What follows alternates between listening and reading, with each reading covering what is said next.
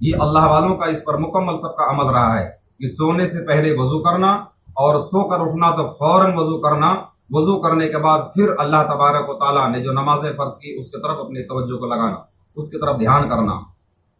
اچھا، یقیناً جب آپ ان سب باتوں پر عمل کریں گے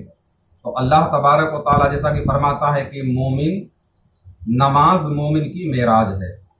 بندہ اگر اتنا اہتمام وضو کی پاکیزگی کا اتنا خیال رکھتا ہے تو یہ ظاہری پاکیزگی وضو پر وہ ظاہر کا اہتمام کرتا ہے، اللہ تبارک و تعالیٰ اس کی برکت سے اس کے نفس کی آلودگی کو بھی دور کر دیتا ہے، اس کے نفس کو بھی پاک فرما دیتا ہے۔ اب وضو کی جو حکمتیں ہیں، ایک عام وضو عام لوگ کرتے ہیں، لیکن صوفیہ جو وضو کرتے ان میں کیا کیا ارادے، ان کے کیا کیا خیالات اس کے اندر چلتے ہیں، کس کیفیت میں وضو کرتے ہیں۔ تو مقام قرب میں اپنے چہرے کو جن سے تم نے دنیا کی طرف توجہ کی،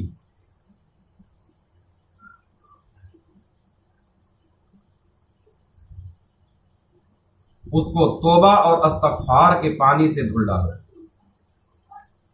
اس چہرے کو جو تم نے دنیا کی طرف ہمیشہ موڑ رکھا ہے، اب استغفار اور توبہ کے پانی سے اس کو دھل لیا جائے۔ جو چہرے کو ہم لوگ دھلتے ہیں تو یہ خیال کے ساتھ کہ اللہ اس چہرے کو میں نے تیرے سوا دوسروں کی طرف میں نے موڑ کے رکھا تھا، اب یہ وضو جو ہمارے لیے توبہ اور استغفار کا پانی کی شکل میں اس کو میں دھل رہا ہوں، تاکہ میرے چہرے پر جو تیرے سوا دوسرے طرف رجوع ہونے کی جو نحوست ہے وہ دور ہو جائے۔ دوسرے، اپنے ہاتھ کو دنیا و آخرت کے علاقوں سے یعنی تھامنے سے اور دونوں عالم کے رشتوں سے پاک کر لو۔ چہرہ دھلنا، یہ اللہ تبارک و تعالیٰ میں نے میرے شکل کو، میرے چہرے کو تیرے سوا، حکم تو یہ تھا کہ یہ میری شکل تیرے ہی طرف رہے، میری توجہ تیری طرف رہے، لیکن ہم نے تیرے سوا دوسرے طرف نظریں کی، تو میں نے اس وضو کے پانی سے اس کو دھل لیا، اب فقط تیرے ہی طرف مڑے رہیں گے۔ اور اپنے ہاتھ کو اس لیے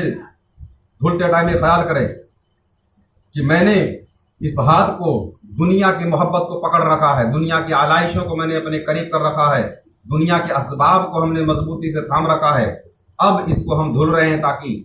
تیرے سوا کسی اور طرف میرے ہاتھ کو نہیں جانے دینا ہے۔ سر کا مسح کرے اور اپنے نفس کو اللہ تبارک و تعالیٰ کے رضا کے راستے پہ ڈال دے۔ جب سر کا مسح کرتے ہیں تو خیال کرے کہ میں میرے نفس کو اللہ تبارک و تعالیٰ کی رضا کے راستے پر ڈال رہا ہوں۔ اپنے پیروں کو جب دھلیں تو یہ خیال کریں کہ میرے پیروں کے اندر جو میری ذلت، میری عادت، میری صفت جو موجود ہے، جس کے اندر انانیت، تکبر سے اکڑ اکڑ کے چلنا، یعنی اللہ کے سوا، اللہ کے علاوہ دیگر راستوں پہ جو میں نے چلا ہے، یا اللہ تبارک و تعالیٰ میرے پیروں کو میں پاک کر رہا ہوں، یہ پیر اب چلے گا تو فقط تیری رضا کے لیے۔ ان طرح کے حالات کو اپنے اندر پیدا کر لیں اور اللہ تبارک و تعالیٰ سے عہد کریں کہ مولا کریم اب انشاءاللہ تبارک و تعالیٰ ہم نے تو اہتمام کیا ہے، میں نے چہرے کو دھلا، پاک کیا تاکہ تیرے سامنے میں کھڑا ہو سکوں، اس چہرے کو دوسرے کی طرف نہیں موڑیں گے، فقط تیرے ہی طرف رجوع رکھیں گے۔ اور میں نے سر کا ہاتھ دھلا اس لیے کہ تیرے سوا اور لوگوں کے دامن کو ہم نے پکڑ رکھا تھا، دنیا کے اسباب کو میں نے پکڑ رکھا تھا اپنے نفس کے خاطر، اب ہاتھ کو دھل لیا تو اس سے میں نے پاک ہو گیا۔ اور سر پر جو ہمارے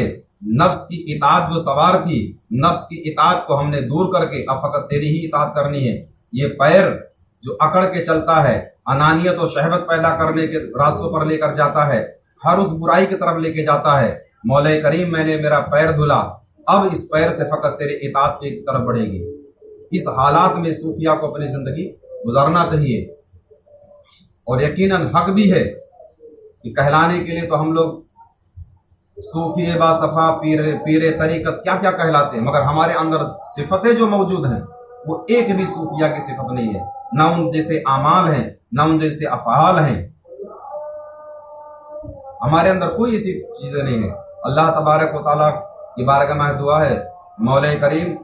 ہم نے جو کچھ عرض کیا اس پر عمل کرنے کی توفیق دے، اور صحیح معنوں میں پیران طریقت اور صوفیہ کے بتائے ہوئے طریقوں پر عمل کرنے کی توفیق عطا فرمائے۔ آئندہ انشاءاللہ تبارک و تعالی محفل سما کے تعلق سے کچھ باتیں ہم عرض کریں گے کہ سما کے آداب کیا ہیں انشاءاللہ تبارک و تعالی۔ السلام علیکم ورحمۃ اللہ۔